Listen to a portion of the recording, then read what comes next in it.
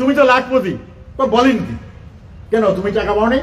ব্যাংকের থেকে 16 লক্ষ টাকা ঋণ পাইছি, এটা কি আমার টাকা? ব্যাংকের টাকা ফেরত দিতে হবে।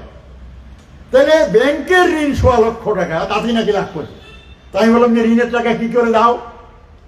रोजगारी भी आएगी और अपने अकेले त्रिपुरा में 87,000 लखपति दीदी है मोदी जी ने, और 3 करोड़ लखपति दीदी बनाने का रक्स रखा है।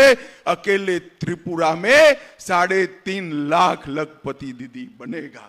এখানে বলে মোদিও বলে প্রতিমাজিও বলে লাখপতি হয়ে গেছে 68,000 মহিলা। দেশে নাকি 3 কোটি মহিলা লাখপতি হয়েছে। আমি জিজ্ঞাসা করলাম সেলফ হেল্প গ্রুপের একজন মহিলাকে, তুমি তো লাখপতি। বলেন কি কেন তুমি টাকা পাও নাই? ব্যাংকের থেকে 16 লক্ষ টাকা ঋণ পাইছি, এটা কি আমার টাকা? ব্যাংকের টাকা ফেরত দিতে হবে। তাহলে ব্যাংকের ঋণ 16 লক্ষ টাকা, তাতেই নাকি লাখপতি।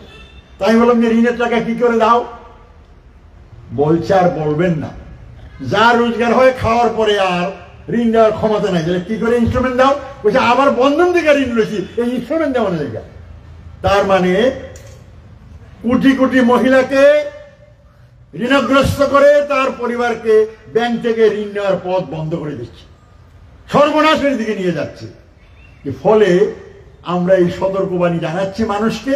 তারপর মানুষ ঠিক করবে কাকে চাই, স্বৈরতন্ত্র চাই না গণতন্ত্র চাই। এই যে বিষয়গুলো আজকে ভাববার প্রশ্ন।